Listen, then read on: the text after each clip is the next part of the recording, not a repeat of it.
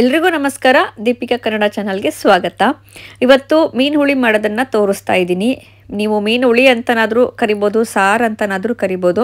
ಉಪ್ಪು ಹುಳಿ ಖಾರ ಎಲ್ಲ ಹದವಾಗಿ ಹಾಕ್ಕೊಂಡು ತುಂಬ ಸುಲಭವಾಗಿ ರುಚಿಯಾಗಿ ಸಾರು ಮಾಡ್ಬೋದು. ಹಾಗೆ ಒಂದು ಮೀನು ಸಾರಲ್ಲಿ ಹಾಕ್ತಿದ್ದಂಗೆನೆ ಕದಡ್ದಲೆ ಹೇಗೆ ಮಾಡೋದು ಅಂತ ತೋರಿಸ್ತಾ ಇದ್ದೀನಿ. ಸಾರಿಗೆ ನಾನಿಲ್ಲಿ ಕೊಡುವ ಫಿಶ್ನ ಉಪಯೋಗಿಸ್ತಾ ಇದ್ದೀನಿ. 2 kg ಮೀನು ತಗೊಬಂದ್ರಿಂದ 1/4 kg ಅಷ್ಟು ಫ್ರೈಗೆ ಇಟ್ಕೊಂಡು ನಾನು 3/4 kg ನಾನು ಸಾರು ಮಾಡ್ತಾ ಇದ್ದೀನಿ. ಮೊದಲು ಫಿಶ್ನ ಮ್ಯಾರಿನೇಟ್ ಮಾಡ್ಕೊತಾ ಇದ್ದೀನಿ. ಇದಕ್ಕೆ 5 ಟೇಬಲ್ ಸ್ಪೂನ್ ಅಷ್ಟು ಹುಣಸೆ ಹಣ್ಣಿನ ರಸ, ರುಚಿಗೆ ತಕ್ಕಷ್ಟು ಉಪ್ಪು, ಹಾಗೆ ಬ್ಯಾಡಗಿ ಮೆಣಸಿನ ಖಾರದ ಪುಡಿ ಹಾಕೊತಿದ್ದೀನಿ, ಒಳ್ಳೆ ಕಲರ್ ಬರುತ್ತೆ ಅಂತ. ಎಲ್ಲದನ್ನು ಹಾಕಿ ಮಿಕ್ಸ್ ಮಾಡ್ಕೊತಾ ಇದ್ದೀನಿ. ನಾನಿಲ್ಲಿ ಮುಂಚೆನೆ ಮ್ಯಾರಿನೇಟ್ ಮಾಡಿ ಇಟ್ಕೊಂಡಿದ್ರಿಂದ ಉಪ್ಪು ಹುಳಿ ಖಾರ ಚೆನ್ನಾಗಿ ಹಿಡಿಯುತ್ತೆ ಮೀನಿಗೆ.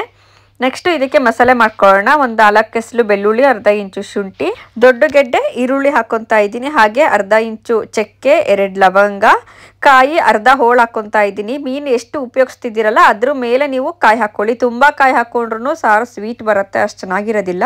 1 ಸ್ಪೂನ್ ಅಷ್ಟು ಮೆಣಸಿನ ಕಾಳು ಹಾಕೊತಾ ಇದ್ದೀನಿ. ಮೆಣಸಿನ ಕಾಳು ಹಾಕೋದ್ರಿಂದ ಸಾರಿಗೆ ಒಳ್ಳೆ ರುಚಿ ಕೊಡುತ್ತೆ.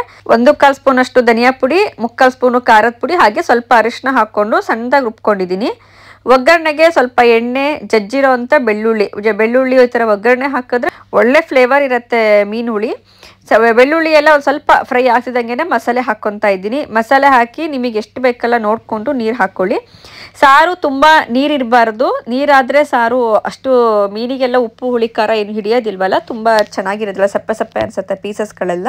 ಮಸಾಲೆ ಎಲ್ಲ ಹಾಕಿ ಸ್ವಲ್ಪ ನೀರನ್ನು ಹಾಕಿ ಸಾರನ್ನ ಚೆನ್ನಾಗಿ ಬೇಯಿಸ್ಕೊಬೇಕು. ಎಲ್ಲ ಹಸಿ ಮಸಾಲೆ ಹಾಕಿರ್ತೀವಲ್ಲ, ಸಾರು ಚೆನ್ನಾಗಿ ನೊರೆ ಹೋಗೋವರೆಗೂ ಬೇಯಿಸ್ಕೊಬೇಕು. ರುಚಿಗೆ ತಕ್ಕಷ್ಟು ಉಪ್ಪು ಹಾಕಿ ಚೆನ್ನಾಗಿ ಕುದಿಸ್ಕೊತಾ ಇದ್ದೀನಿ. ಒಂದು 10 ನಿಮಿಷ ಚೆನ್ನಾಗಿ ಕುದಿಸ್ಕೊಬೇಕು. ಹಾಗೆ ಮೀನಿಗೂ ಹುಳಿ ಹಾಕಿರ್ತೀನಿ. ಇದಕ್ಕೂ ನೋಡಿಕೊಂಡು ಇನ್ನೊಂದು 2-3 ಸ್ಪೂನ್ ಅಷ್ಟು ಹುಳಿ ಹಾಕ್ಕೊಂಡಿದ್ದೀನಿ. ಇವಾಗ ನೋಡಿ ಸಾರು ಚೆನ್ನಾಗಿ ಕುದೀತಾ ಇದೆ.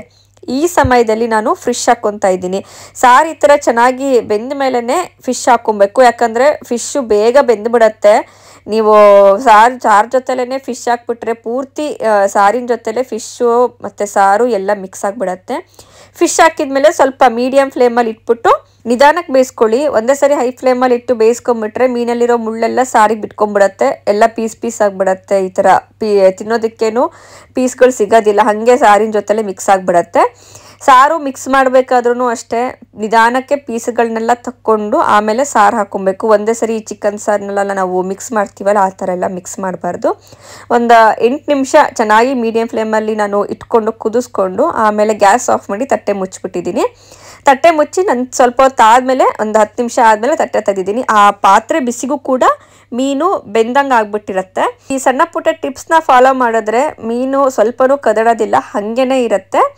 ನೀವು ಮತ್ತೆ ಸಾರನ್ನ ಬಿಸಿ ಮಾಡಬೇಕು ಅಂದ್ರೂ ಅಷ್ಟೇ ತುಂಬ ಕುದಿಸ್ಬಾರ್ದು, ಅವಾಗ ಮತ್ತೆ ಮೀನು ಬಿಟ್ಕೊಂಡ್ಬಿಡತ್ತೆ ಸಾರಲ್ಲೆಲ್ಲ.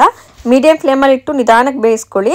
ಈ ಥರ ಅಗಲ್ವಾ ಸ್ಪೂನ್ ಇಟ್ಕೊಂಡು ಸಾರು ಮತ್ತು ಪೀಸಸ್ಗಳನ್ನ ಬಡಿಸ್ಬೋದು. ನೀವು ರೊಟ್ಟಿ ಜೊತೆಲಿ ಮುದ್ದೆ ಜೊತೆಲಿ ಸಖತ್ ಒಳ್ಳೆ ಕಾಂಬಿನೇಷನ್ ಮೀನು ಸಾರು ಮಾಡಿಟ್ಟು ನೆಕ್ಸ್ಟ್ ಡೇ ತಿನ್ನೋದಕ್ಕಂತೂ ಇನ್ನೂ ರುಚಿಯಾಗಿರುತ್ತೆ. ಮೀನು ಹುಳಿ ಖಂಡಿತವಾಗ್ಲೂ ಟ್ರೈ ಮಾಡಿ. ನಿಮ್ಮ ಅನಿಸಿಕೆಯನ್ನು ತಿಳಿಸಿ. ದೀಪಿಕಾ ಕನ್ನಡ ಚಾನಲ್ ಸಬ್ಸ್ಕ್ರೈಬ್ ಮಾಡಿ, ಶೇರ್ ಮಾಡಿ, ಲೈಕ್ ಮಾಡಿ. Thank you.